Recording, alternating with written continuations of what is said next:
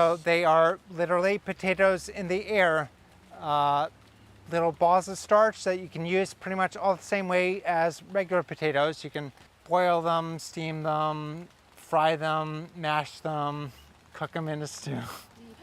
If you want to plant them, you could just place that on the ground and roots will form on the bottom and the vine will climb up, and you don't need to do anything. You don't need to dig a hole. You just need to put it on the ground and it just grows.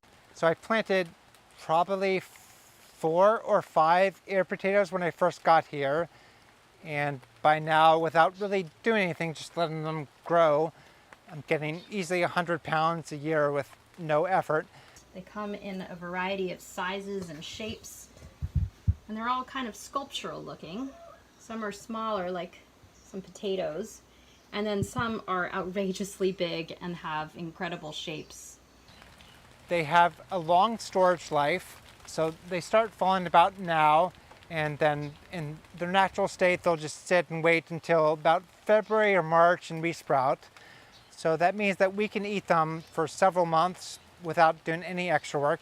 Even after they sprout, they don't seem to get bitter or have any problems. Like, you can still eat them even after they have a pretty big sprout on them. There is a wild variety that the Hawaiians brought over as a canoe crop.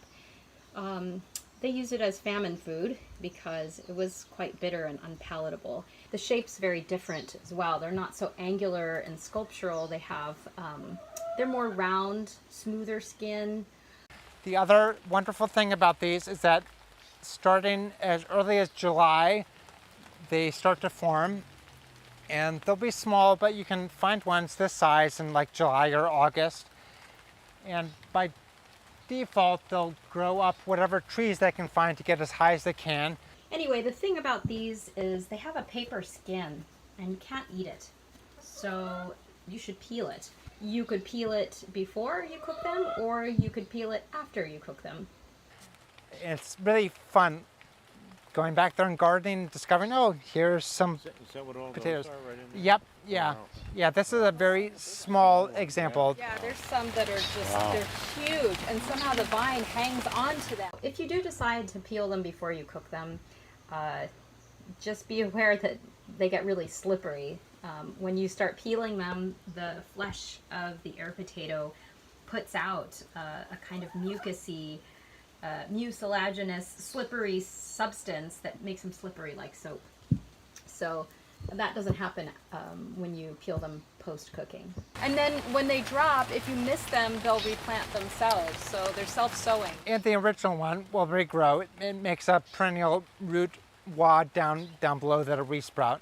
So if you're gonna cook them with the peel on, it's good to cut it at least once or twice, because it's nice to get a start on the peel from a fleshy side. After it's cooked, you'll see that you can kind of get a knife under there and peel it like paper back.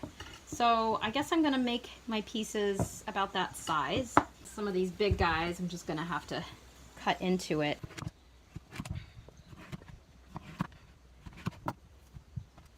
So you can see when I peel this apart, the mucilaginous inside, and it's quite slick. But if you grow them in areas like this over here, that's mostly low stuff, they'll scramble up the katuk and the cassava and even along the ground if that's all they have.